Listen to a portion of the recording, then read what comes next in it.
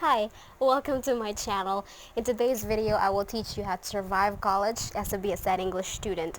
And wait, if you're not a BSED English student, please stay tuned because the lessons that are in this video can still be applicable to your life no matter what your course is. So here we go. Please stay tuned and I hope that you will enjoy this video.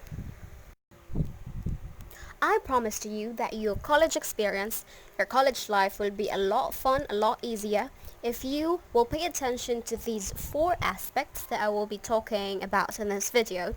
So first we are going to talk about health and then mindset, then we'll go to the attitudes, and lastly we'll talk about habits. I really hope that you will stay till the end of this video because I promise you this is going to be a fun discussion and you will learn a lot. And also, to the Christians out there, I included biblical scriptures. And if you are, you're not the type to read the Bible, or you don't believe anything that the Bible is saying, come on, just please give it a try. It's gonna be worth it. I hope so. Health. To survive in college, you must strive to be as healthy as you can be. This will greatly affect your college life. Brendon Burchard, the author of High Performance Habits, said, "What you see in the world is dependent upon your state of mind and physical energy. Thus, things appear their worst when you are feeling your worst and the best when you're at your best." So if you want to enjoy your day in college, then you gotta have that breakfast, you're gonna have that good sleep, you're gonna have that exercise, so your mind is alert, your body is alert, and you're ready to take on the day. Because imagine, you woke up, you go to school, and you're having a headache, or your stomach is not feeling well, your foot hurt, your hand hurt, you can't pay attention to what your instructor or your professor is discussing in front because something is bothering you. You have a health issue concerning you and it's bothering you and you can't pay attention to what the school requires of you because of that. So it really makes sense that if you want to succeed, you're going to be healthy as well. Okay, from the biblical perspective, I included here 1 Corinthians chapter 6 verse 20, "For you were bought with a price, so glorify God in your body." And I think glorifying God through our body does not only suggest that you will not let anyone molest your body with your permission, okay? It is also referring to you taking good care of the body because it's a gift. So you have to take good care of it.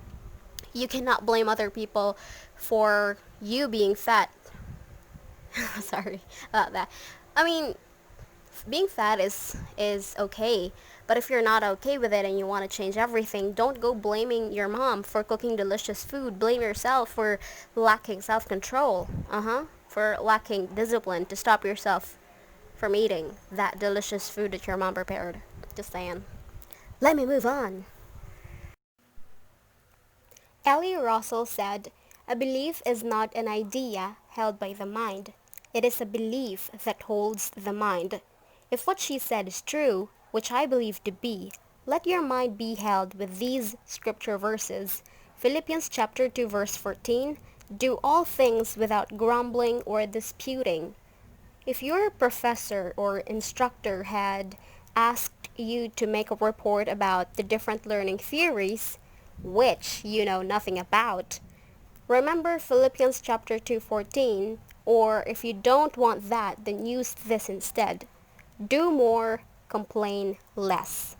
Galatians chapter 6 verse 9, "And let us not be weary of doing good, for in due season we will reap if we do not give up." I'm telling you, if you will take your studies seriously and will commit to memory all that you've learned, you'll have so much ease when you take the board exam and when you are already in the teaching field. Trust me. Because when I was in college, all I did was study for the test and forgetting it after the test. You don't want that. Hence, now that I am reviewing for the board exam, I regret it so much that I did not commit to memory what the instructors discussed. Because now I'm like, wait, I've had this before, but what was it again? You don't want that, especially if the board exam is like 3 months away. Another verse that would complement Galatians chapter 6 verse 9 is James chapter 1 verse 2 to 4. Consider it a sheer gift, friends, when tests and challenges come at you from all sides. You know that under pressure, your faith life is forced into the open and shows its true colors. So don't get out of anything prematurely. Let it do its work so you become mature and well developed, not deficient in any way. When your schedule feels like choking you, guess what? That situation will force you to learn time management and discipline. Discipline to stick to what you told yourself you're going to do, learning to resist temptation like social media, movies, party, daydreaming, or unnecessary sleep. Come on, we've had that unnecessary sleep. I know you're guilty too. Work hard and cheerfully at whatever you do as though you were working for the Lord rather than for people, okay? You also should remember that in your mind. Another thing that I want you to remember is this: I get what I allow. The doubt, the fear, the anxiety will continue to fester you as long as you allow it to. You are in control. Again, I get what I allow. Why am I stuttering? I get what I allow. And next one we have from Anthony Robbins from his book Unlimited Power. How you feel is not the result of what is happening in your life. It is your interpretation of what is happening. This is somehow kind of related to James chapter 1 verse 2 to 4 because it depends upon your interpretation, how you see things. So, given a situation, if you see it as a problem, then it will become a problem. If you see it as an opportunity, then it will become an opportunity. It depends upon your interpretation. So, you better be careful how you're interpreting your situation, okay? Bear that in mind. If you feel like what I had given you earlier are just way too much to remember, then I suggest you cling on to this one sentence idea. What? Yes, this is very powerful. Just play along. My focus determines my feelings. Okay, so it's just one sentence, and you just have to memorize it. You have to commit it to memory, and you have to remind yourself about this from time to time. My focus determines my feelings. Two persons can be given the same situation, but they will get a different experience. Okay, for example, two persons, they're asked to read the story The Necklace by Guy de Maupassant. If you're if you're in senior year of your college, I presume that you have read that story, and if you're a freshman, well, you're gonna read that story. It's a short story, but a short story before is never really short.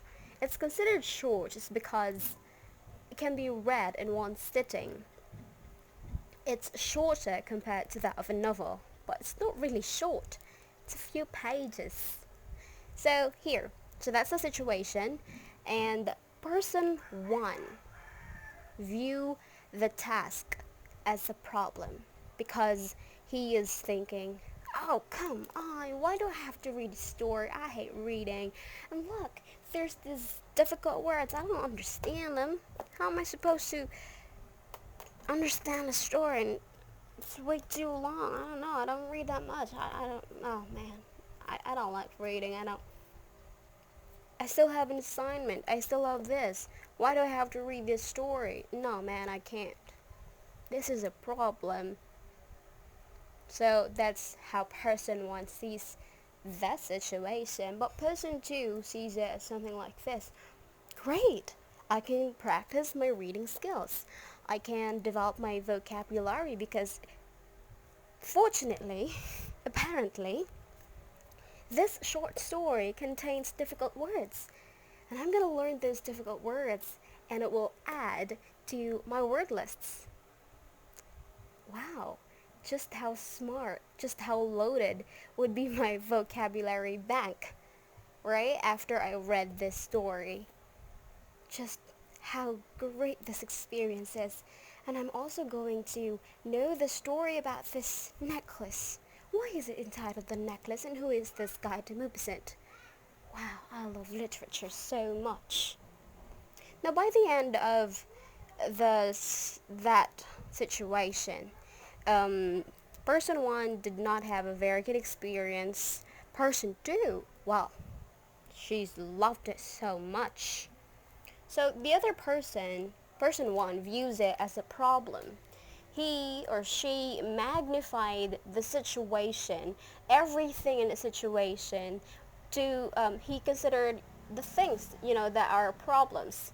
He considered the hard things as problems, while person two considers those hardships as opportunities to develop, to grow.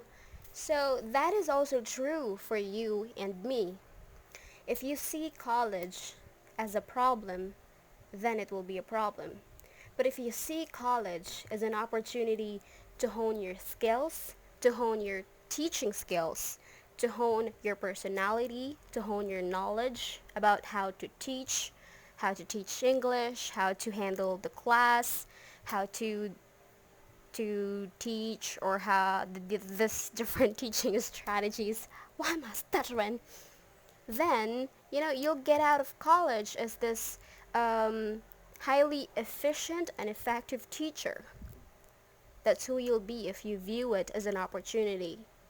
So again, I suggest that you will remind yourself from time to time this one sentence: my focus determines my feelings. If you see it as a problem, then you will feel resentful about the situation. If you see it as an opportunity, then you'd be happy to do whatever you're asked to do. And if you're happy to do what you're asked to do, then you'll do your best. You'll do everything you can because you love what you're doing. You feel happy doing it. So see it as an opportunity. These are the must-have attitudes: sociable or sociability, understanding, self-control, patience, diligence, optimism, and confidence. I will be discussing each attitudes. In college, you have to be sociable. Why? Let's take a look at Ecclesiastes chapter 4 verse 9 to 12. Two is better than one because they have a good reward for their toil. For if they fall, one will lift up his fellow.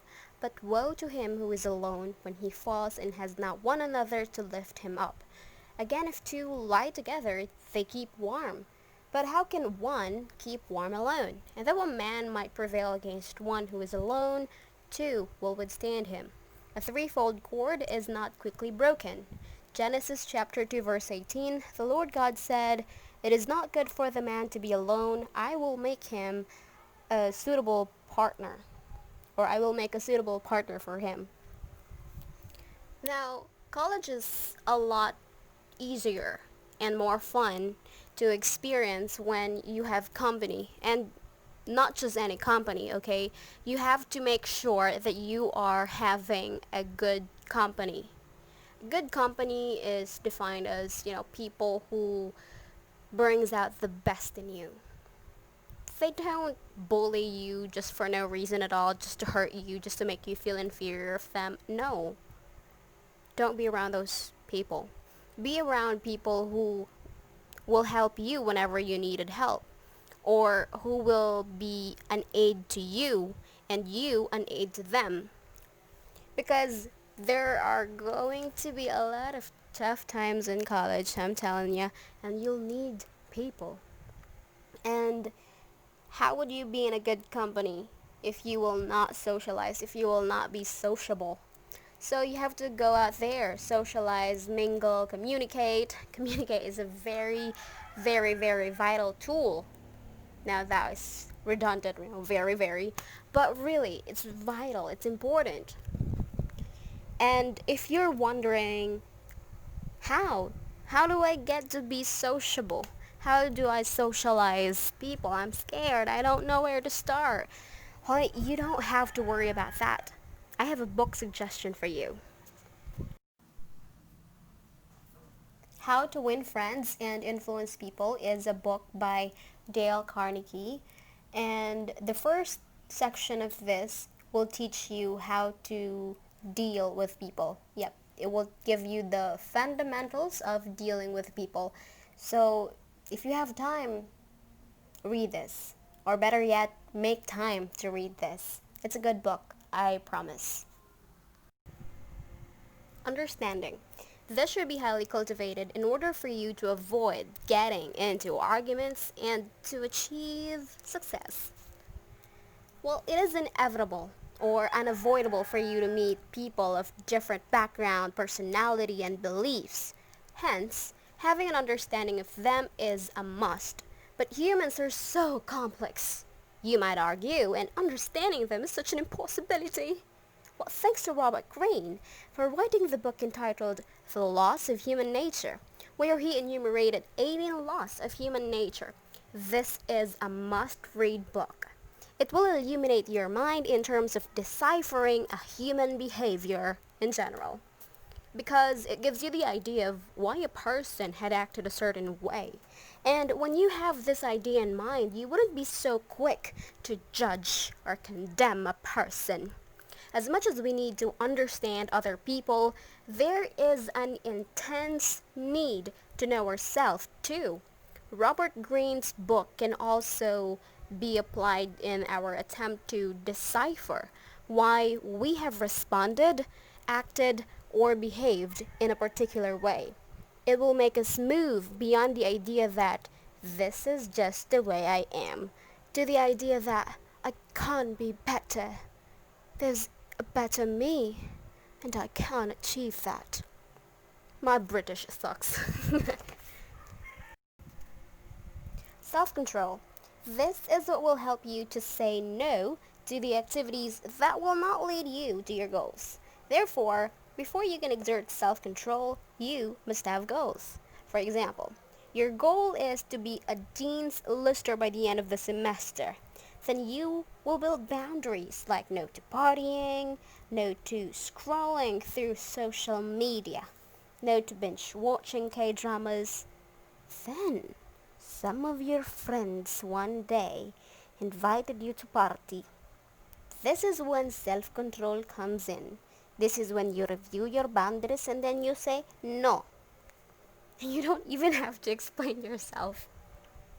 Without clear goals and boundaries, exerting self-control is impossible. Now you know what to do. My. Self-control is such a difficult thing to do. You speak of it as if it's easy. Don't you know that the temptation to party comes from the left and the right? The temptation to watch that K-drama. The temptation to not study. I've been through all those things. And the only thing that I can tell you is if you give in to those temptations, you're gonna regret it a lot. Well, before we get dramatic, let's go to Hebrews chapter 13, verse 11. For the moment, all discipline seems painful rather than pleasant, but later it yields the peaceful fruit of righteousness to those who have been trained by it. See? Even the Bible does not deny that hardship is in hand with discipline. Is that how you say it? The discipline and hardship goes hand in hand. That's what I'm trying to say. Oh, man. So, as early as possible, even when you're a freshman, you gotta learn to discipline yourself to stick to that study session that you should be doing, study to that list of to-dos that you planned for the day. Like, oh, I'm gonna read chapter 1 of study and thinking skills. Oh, I'm going to read chapter 2 of, I'm going to read this, I'm going to read that. You just have to really do it, because you will really regret it if you won't. Self-control is something that I wish I had more of when I was in college. I remember having this so much time when I was in first year. Like, I only have 27 units. Yeah, and that was little compared to the 32 units that I had when I was in third year or second year. So in my first year in college, it was very easy and chill. We've got this vacant time. But instead of studying, instead of being in the library reading books that will flourish my knowledge, no, that's not what I did, girl. I went to the movie house with my friends. That's what I told you earlier. You gotta be surrounded with good companies. Well, I'm not saying that they're that bad. I could not blame them for my lack of self-control. So if you are like me who lacks self-control, then I suggest that you really have this good company of people that will encourage you to stay focused on studying, stay on track. Girl, you gotta listen to my advice. Patience. This is another thing that I wish I had more of when I was in college. Well, before I get down to the details, let me first share with you Romans chapter 12, verse 12. Rejoice in hope, be patient in tribulation, be constant in prayer. Romans chapter 5, verse 3 to 4. More than that, we rejoice in our sufferings, knowing that suffering produces endurance, and endurance produces character, and character produces hope. Why am I reading that way? I know, it's just fun. Now, these are the verses, that I wish somebody had told me when I was in college. That I gotta be patient in all those journeys that I've been through, in all those assignments that I've been doing. Just be patient, you'll get through this. And those projects that seem like will be the death of me, you'll get through this, you gotta just be patient, patient. Rejoice in your suffering, because you will reap in the end of this. You will become an efficient and highly effective teacher by doing all that they're asking you to do. But nobody told me that. And so I go into college grumbling. Why do I have to read this? How many literary pieces have I read? And why do I have to interpret it? Why do I have to concern myself with theories and all that? I don't want that. But now that I am reviewing for the board exam, I am regretting not following their instructions. I wish I had, just followed everything and just, oh yes ma'am, I'll do that. Oh yes ma'am, I'll read that. Twice, thrice, I'll read that repeatedly. I wish I could go back to college and just redo everything, but I can't, and I don't want to, because it's gonna require money and time, and I don't have that much. So, for you who are listening to me right now, I may sound really crazy and dramatic and all, but patience is really something that you must embody when you are in college. Also because there will be lessons that are very difficult to understand, and it will require you to read it once, twice, thrice, sometimes even 7 times. Yeah, I've been there, and I feel so dumb, honestly. And I was like, oh, come on, how can you be so difficult? I've read you over and over again. How can I not understand you? You are making my head ache. I don't want you anymore. See, told ya, I'm dramatic. So patience will help you get through all those things. It will help you avoid being as dramatic as I am right now. So just be patient, okay? Just remember that. You have to be sociable, you have to understand people, you have to have patience, you have to have self-control. Okay, next thing that I'm gonna share with you is diligence is defined as industry, careful work, involving long-term effort. You must have this. Believe me, I've been there, and there are plenty of reading that you will encounter, and you really have to read them. Because what's the point of going to school if you don't plan to comply to what your instructors are going to give you? Besides, further reading must be done because, as I have said earlier, there are lessons or subjects that might make you feel like the death of you because they're so difficult to understand. Heed this advice, okay? Study as if you're about to take the board exam so that when you graduate, you will be very ready to take the board exam for professional teachers. You won't be nervous because you're going to be like, oh, I know this thing. Nuh-uh. PRC, you can't trick me with this question. I know how to answer this. This is the correct answer. So you'll just be answering with ease.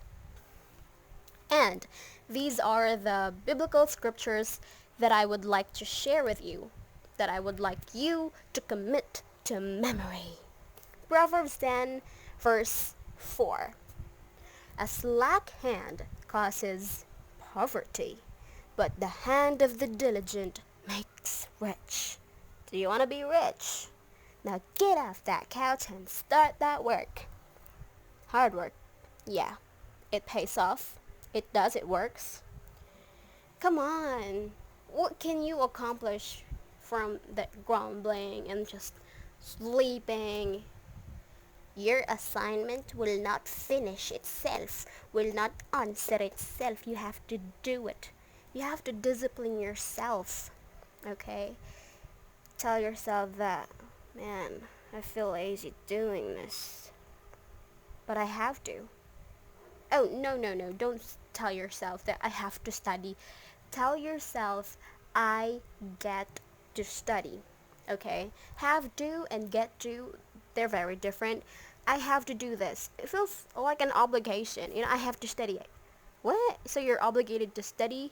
But when you say, I get to study, it changes our perspective because it makes us realize that what you're doing right now is actually an opportunity that so many people in other parts of the world do not get to experience. So tell yourself, self, I'm feeling lazy. I really don't want to study this, but guess what? We get to study this. We are given an opportunity. We are very fortunate to even study this. Okay, so that's something that will motivate you to I'm gonna get up, and I'm gonna study. Okay, a I sound like that of a black American. I really love their way of speaking. I'm such a trying hard. Matthew chapter 25, verse 29. To those who use well what they are given, even more will be given, and they will have abundance. But from the hand who do nothing, even what little they have will be taken away. Uh, I don't want what little from me. Oh, no, not from me.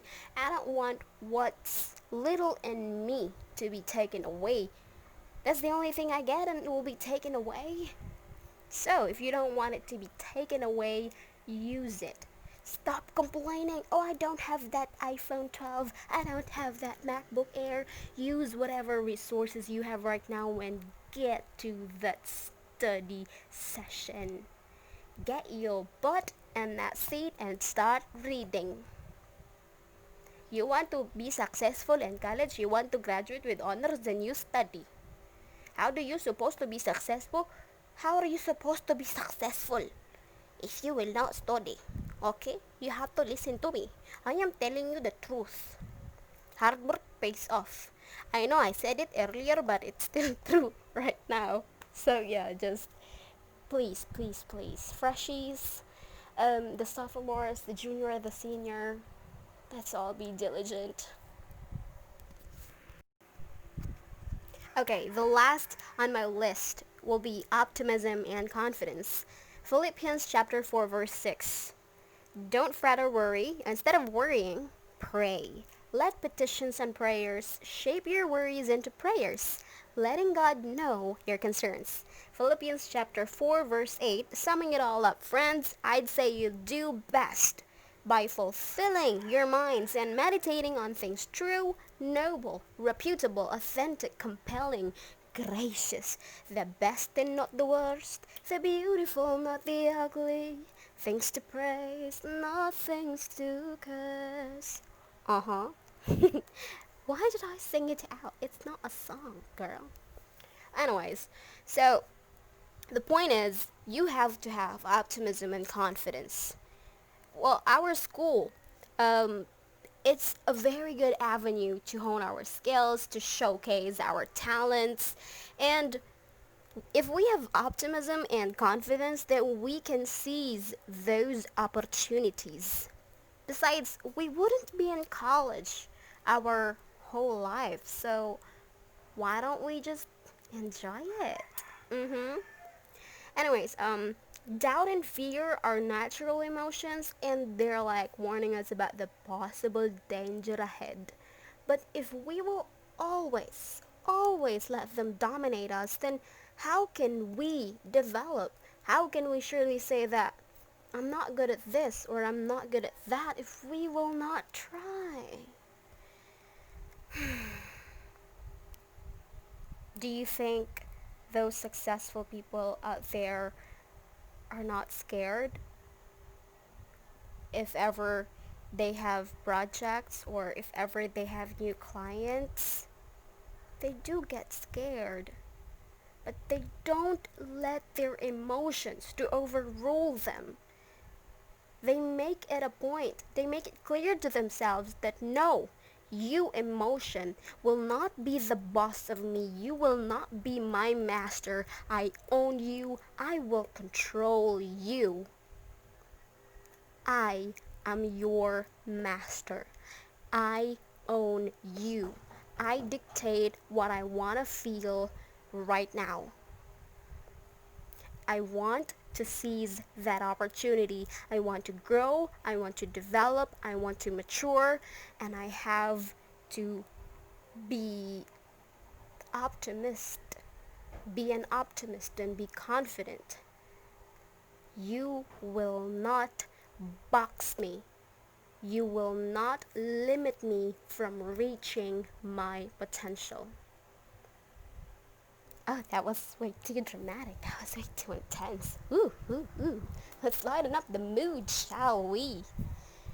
But really, that's something that you have to tell that fear, that doubt, because maybe the people around you are like, go ahead, yes, you can do it, yes, you can do it. But you're the one telling yourself, oh man, you're not really good at that. Come on.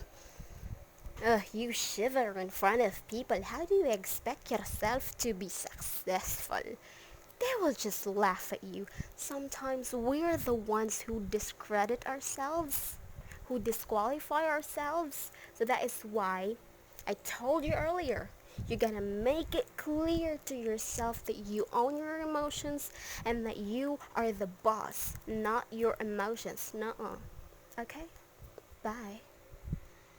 Habits. If you want to thrive in college, yes, thrive and not just survive. These habits you should possess. These are not just any habits. Sir Brandon Burchard called these high-performance habits. If you want to have an in-depth discussion about each habits, feel free to read his book, High Performance Habits: How Extraordinary People Become That Way. There are also different practices for each habit. Go check it out. Let us first begin with seek clarity. Of course, you have to be clear about what you're after this college expedition that you are going to take, who you want to be while you are in that college institution and who you are going to be after you graduated from that college institution. Also, how do you want to interact with your classmates, schoolmates, professors, and other members of the institution? Also, what will bring you the greatest meaning in your journey? Is it becoming a dean's lister every semester? Or is it building a strong friendship with your schoolmates, classmates? Or is it becoming a great English teacher? Whatever it'll be, you have to be very clear about that. Next is you need to generate energy. Well, it turns out that we can generate energy. We can break free from our emotions holding us, and we will be the one to hold our emotions. Does that make sense? The other way to put it is we can take control of our emotions. I'm not gonna lie. There are times when I feel down and it consumes me to the point that I cannot do what must be done. In other words, my emotions overrule me. But with the help of Sir Brandon Burchard, you can learn how to generate energy and set up triggers to remind you to generate that energy. Raise the necessity. You have to raise the necessity for why you have to study hard and discipline yourself. For why you have to continue reading that almost hour-long short story. For why you have to learn those learning theories. Raise necessity for why you should participate in classroom discussion. Increase productivity. If your aim by the time you graduate is to become a great English teacher, then as early as first year, you must be productive. You must engage yourself in activities that will lead you step by step to your dream. Read that research paper, learn that learning theories, master that grammar, immerse yourself in literature, do whatever it takes, including giving yourself a break when your body is begging for one. Lastly, oh no, this is not the last one, the fifth one, develop influence around you. And the best way to do that is through modeling. If you will practice the things I've shared, then people will be attracted to you. They will see just how much power you have over yourself, how much control, how much discipline. When people can see how you handle yourself, they don't have to be told who you are. They will be at ease to depend on you, to count on you, because they can see that you have what it takes to deliver. Lastly, I promise this is the last one, demonstrate courage. Don't hold it in you. Express that thought, express that feeling, express that doubt, express that fear. Do something about it other than keep it in you. If there is a concept that you don't understand, go ask that terror teacher. If someone in your class is bullying you, go confront that person. Don't stoop down to her level though. If they curse you, don't model them. But be the one to influence them and not the other way around. But be sure that you are a good influence and not otherwise, okay? You confront people with sophistication and professionalism. That's it for this video. I hope that you learned something and will apply it in your life. Please like and share this video and subscribe to my channel. Thank you for watching. Mwah.